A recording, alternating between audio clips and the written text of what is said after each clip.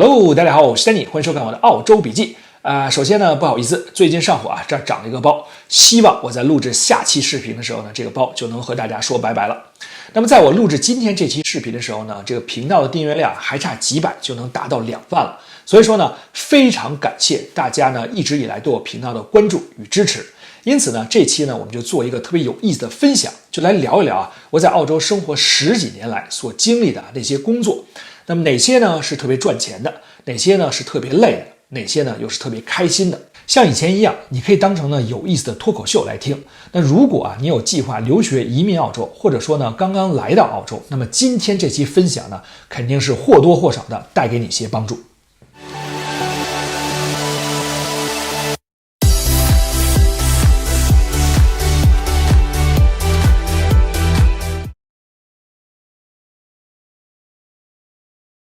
那么开始之前呢，我先说一件事儿，就是因为一直从事这个销售工作嘛，所以说我经历过的啊、看到过的呀、听到过的故事呢特别多，因此呢就开启了这么一个新的频道，叫做 Danny 的营销故事，就是专门分享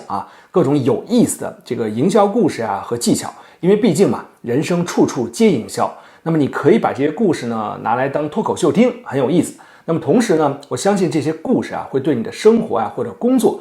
带来或多或少的帮助。那么大家可以去我 Danny 澳洲笔记频道的主页，在这个频道的右侧呢，可以发现新频道 Danny 的营销故事链接。那么也可以在 YouTube 上呢去搜索一下 Danny 的营销故事，然后去订阅一下。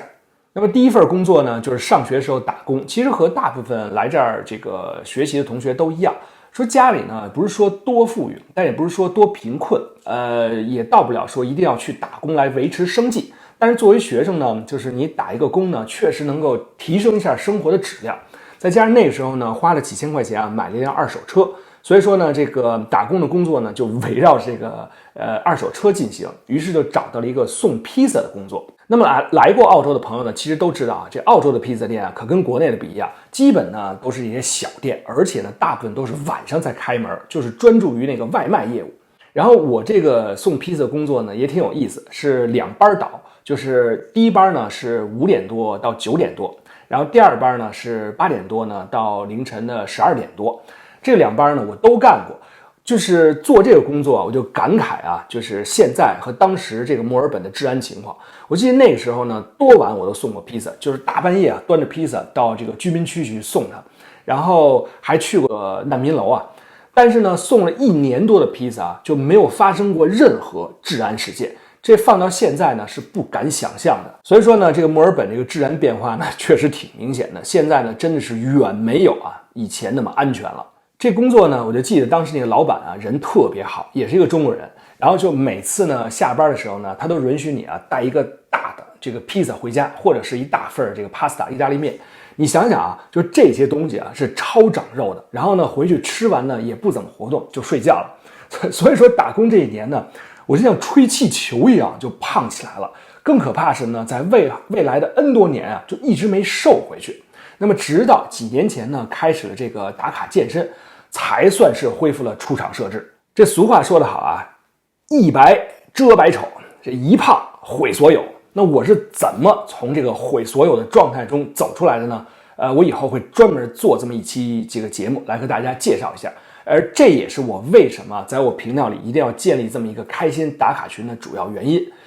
那时候呢，虽然说经常工作到很晚，但是年轻然后挺开心，而且身边呢总是有一群这个就是年龄相仿的这个打工的同学嘛，大家说说笑笑的，确实每天过得很乐呵。我印象特别深有一个同事送披萨，一个哥们儿是东北来的，然后一到考试阶段呢，就穿上一条紫裤子，然后我就特别不明白，就问他，然后这哥们儿啪屁股一撅一拍，知道不，在东北这叫指定能行。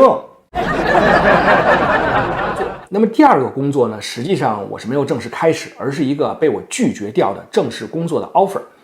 那个临毕业前呢，我就把这个披萨店的工作给辞掉了，因为当时想这个专注于论文和毕业嘛。后来顺利毕业。我记得当时有一位这个亲戚的朋友，他是在这个澳洲的红十字会工作，然后红十字会呢经常和一些非政府组织还有一些企业嘛，就合作一些医药的项目、医药卫生的项目。然后当时有这么一个项目是在中国的江西省，实际上就是推广一些预防眼科疾病的这么一个项目。他们急需一个就是有这个公共卫生这个背景、学历背景，就是当时我学的专业嘛，然后再加上一定要会说英文，还要流利的中文的这么一个项目经理助理的职位。后来呢，就是经过这个面试，还有这个亲戚朋友的举荐嘛，基本确定可以给我这个工作 offer 了。不过呢，前提就是我要常住在这个江西，直到这个项目结束，而且要经常的这个下乡进村什么的。不是说我没有爱心但当时呢年轻气盛，然后本来就对我学的这个专业呢就没有太多兴趣了，再加上呢又要常驻中国边远地区好多年，所以说思前想后呢，最后我是把这个工作 offer 给拒掉了。我记得当时这个工作给出的年薪好像是3.4万还是3.6万澳元我现在想真不知道如果当时接了这个 offer， 那么现在呢会是一个什么样的情形。不过看我现在这些仍旧在同一类行业工作的同学我就觉得其实当时呢我是做出了一个比较符合自己性格的正确决定。我记得上学那会儿呢，我爸老跟我说一句话，叫做好汉不挣有数的钱。我就想就是说这世界上有不少这坑爹的儿子，但是我爸呢这一辈子在机关工作一直都是挣有数的钱，怎么就拿这话老教育我呢？所以说这算是坑儿子爹吧。所以受他这话的影响呢，我毕业之前呢就总想着就是能够有这么自己的一个生意，这样的话呢就可以当好汉去挣这个没数的钱了。于是呢毕业后就买了自己的第一个生意，这个生意呢叫 Boost Juice。 我想在澳洲生活过的朋友呢都知道这个生意是一个饮料的零售店。说实话这个品牌呢确实在澳洲经营的非常成功，只不过呢澳洲的零售业呢真的是特别的折腾人。你没做过的时候总是就是想套用一些中国的理论来去做，当你真正的去经营了澳洲的生意的时候，你才会真正去了解一些这其中的事情。那这里呢我就不多说了，因为一说能说上几个小时。那么大家可以去看我的一期节目《移民澳洲做生意：我在澳大利亚开店的心得和经验》。那国内的朋友呢可以听一听当一个乐。那么如果你有移民计划的话呢，一定要好好看一看这期节目。那如果呢你已经深陷到了澳洲的零售业当中呢，那你去找一下共鸣就行了。那不过总体来说呢，这个生意还算凑合，因为至少能赚出一个人工钱。那么在夏天的时候，就是因为做饮料嘛，这个可能赚的会更多一些，但前提就是呢你一定要自己去盯在店里去工作。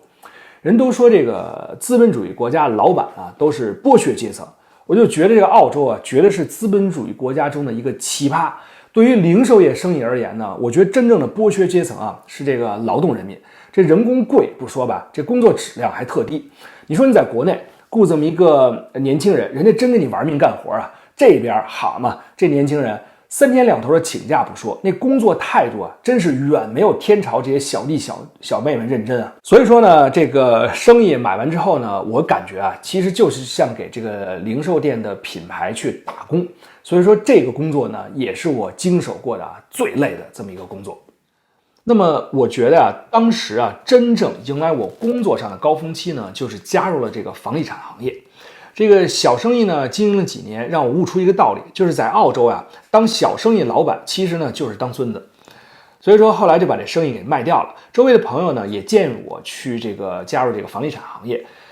这个行业呢其实是撑死有能力的，饿死没能力的。我想做过的呢其实都有这个体会。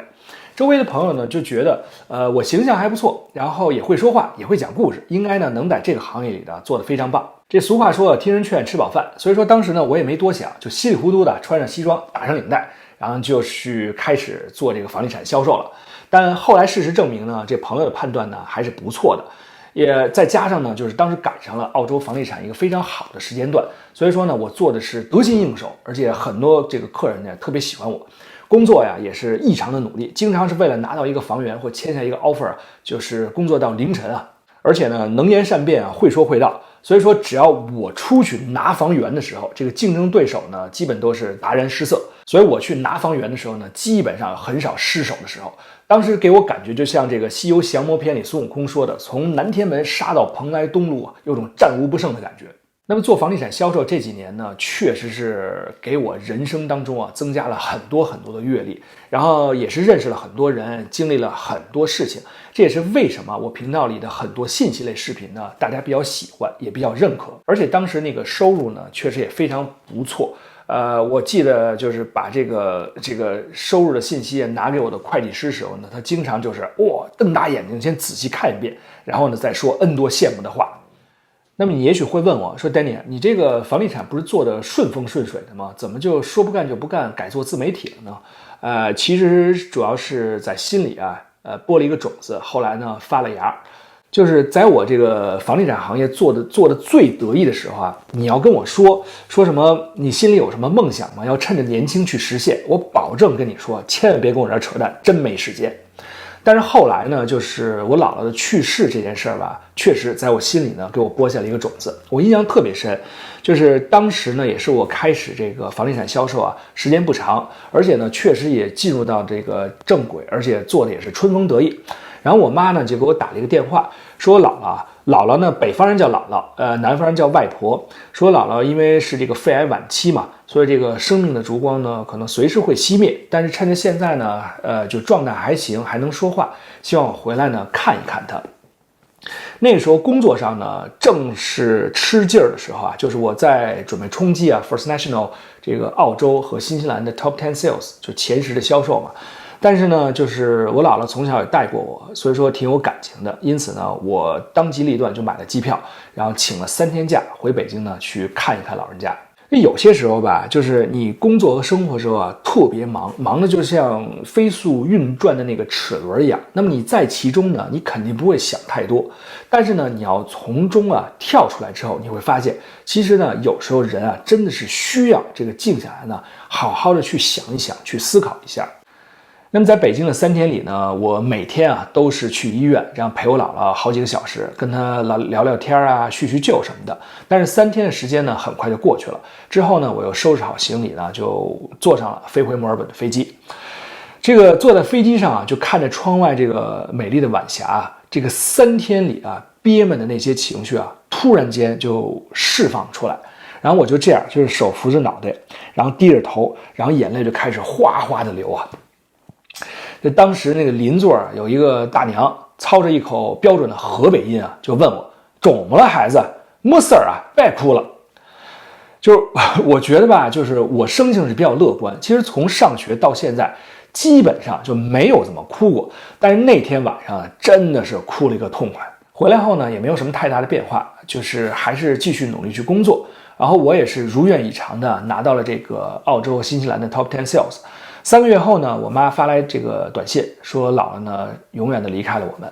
你说这件事儿吧，对我有什么改变吗？也没有。但是呢，确实给了我很大的触动就像在心里播了这么一颗种子。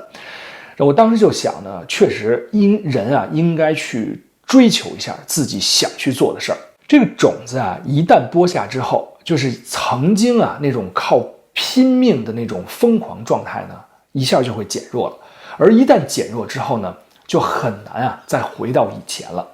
那么发芽阶段是怎么回事呢？实际上呢，就是去年遇到了我的一位这个曾经想出售房子的房主，他的故事呢真是挺有意思。但这里呢我就不多讲了，因为时间太长。我到时候呢会把它放到我的新的频道Danny的营销故事里来去好好说一说。那么这件事儿呢，实际上是彻底决定了让我呢开始自己想做的事儿，就是这个自媒体事业。那么虽然房地产呢不是我最终想去追求的这么一个事业，但是呢你不能否认，这个工作的几年呢确实是给我带来了非常多的益处。倒不完全是金钱方面，因为这种疯狂非常棒的市场呢，它不会持续很长时间。而且我本人呢也不是说特别在乎物质，我最欣赏的呢就是那种认真去生活的人，还有呢就是特别有才华的人。那么在这个房产买卖这个过程当中呢，表面上看实际上是这个买卖房产，但本质上呢其实还是和人去打交道。那人呢又是最复杂的，而我们接触的这些人呢，又是不同背景的、不同文化的，然后不同语言的。所以说呢，这几年的工作下来呢，真的是给我个人带来一个巨大的提升。而且每套房子里面呢，都是这个一个家庭的人生故事。这些年来呢，经历了很多故事，因此呢，这个频道之所以说能做出很多丰富的内容来呢，也是受益于这几年的工作。那么现在的工作呢，就是我的自媒体事业了，也是我最开心的工作。但是呢，不像大家想象的那样做自媒体呢就是吃喝玩乐，每天呢都特别轻松。实际上呢，这里面付出的辛苦要远比上班要多得多。因为就像是自己在完全去开创一个崭新的生意一样。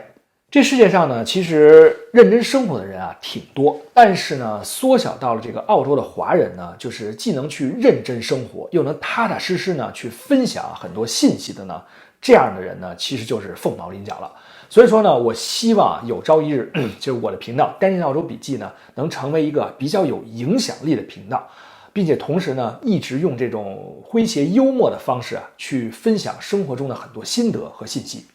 那么最后一点呢，我就想跟大家说一声对不起，因为我发现呢，在 YouTube 上或者是西瓜视频上呢，其实有很多这个留言，也有很多人私信给我，就是问一些问题。因为平时呢确实是太忙了，不是在写稿，就是在录制视频或者编辑视频，所以真的是无法呢一一去回复了，因为这个数量呢确实也比较大。那么这也是我为什么就是想建立这个开心打卡群的一个主要原因，就是说呢，这个收费群呢，通过收费呢，确实是能够滤过一些不太文明的或者是打广告的人。那同时呢，把这个人的数量也减少一些。这样的话呢，我可以更精细的去照顾这个群。那么如果呢你想就是和我有更多的交流，或者说呢想去坚持做某一件事儿，那么可以加入我的这个开心打卡群。因为我在群里呢会这个每天都去坚持锻炼，然后呢去督促去鼓励你。那么具体入群的方式呢，大家可以看一下视频下方的描述区。好，今天这期节目呢就到这里了，大家别忘了去看一下我的新频道丹尼的营销故事。这些有意思的小故事呢，可能或多或少的会给你生活上带来一些帮助。那么非常感谢大家收看这期视频，喜欢的话呢，别忘了帮我点赞、转发，并且呢关注订阅我的频道。那我们下期再见，拜拜。